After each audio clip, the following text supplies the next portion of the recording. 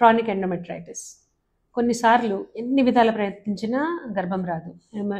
IVF చేస్తాము, embryo biopsy చేస్తాము, రకరకాల టెస్టులు చేస్తాము. కానీ గర్భాశయం లోపల ఇన్ఫెక్షన్ ఉంటే ఎంత మంచి ఎంబ్రియో పెట్టినా కనెక్ట్ కాదు. క్రానిక్ ఎండోమెట్రైటిస్లో హిస్ట్రోస్కోపీలో ఎలా ఉంటుందో వీడియో చూపిస్తాను. So this is entrance in to the uterus. ఈ తెల్ల తెల్ల చుక్కలు, ఇక్కడ ఎర్రది చిన్న పాలిప్ ఎగురుతున్నది మైక్రో పాలిప్స్ అంటాము. తర్వాత ఇక్కడ స్కారింగ్ తెల్ల గీతలాగా, పైనంతా తెల్ల చుక్కలు, కింద తెల్ల చుక్కలు.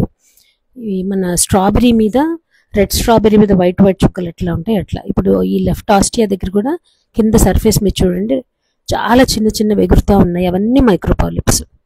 ఈ తెల్లగా ఉండే స్ట్రాబెరీ అపియరెన్స్, ఇప్పుడు పైన కూడా మైక్రోపాలిప్స్, మల్టిపుల్ మైక్రోపాలిప్స్.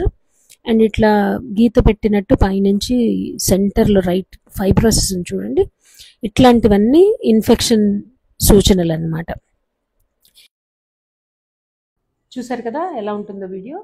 ఇలా ఉన్నప్పుడు ఒకటి హిస్ట్రోస్కోపీ, రెండోది బయాప్సీ తీసి ఇమ్యూనో హిస్టోకెమిస్ట్రీ పంపిస్తే ఇన్ఫెక్షన్ ఉందని తెలుస్తుంది. అది ట్రీట్ చేసిన తర్వాత ప్రెగ్నెన్సీ సక్సెస్ రేట్ చాలా ఎక్కువైపోతుంది. సో వేరే కారణం లేకపోతే క్రానిక్ ఎండోమెట్రైటిస్ ఉందా లేదా తప్పకుండా స్పెషలిస్ట్ దగ్గర హిస్ట్రోస్కోపీ చేయించి చూపించుకోండి.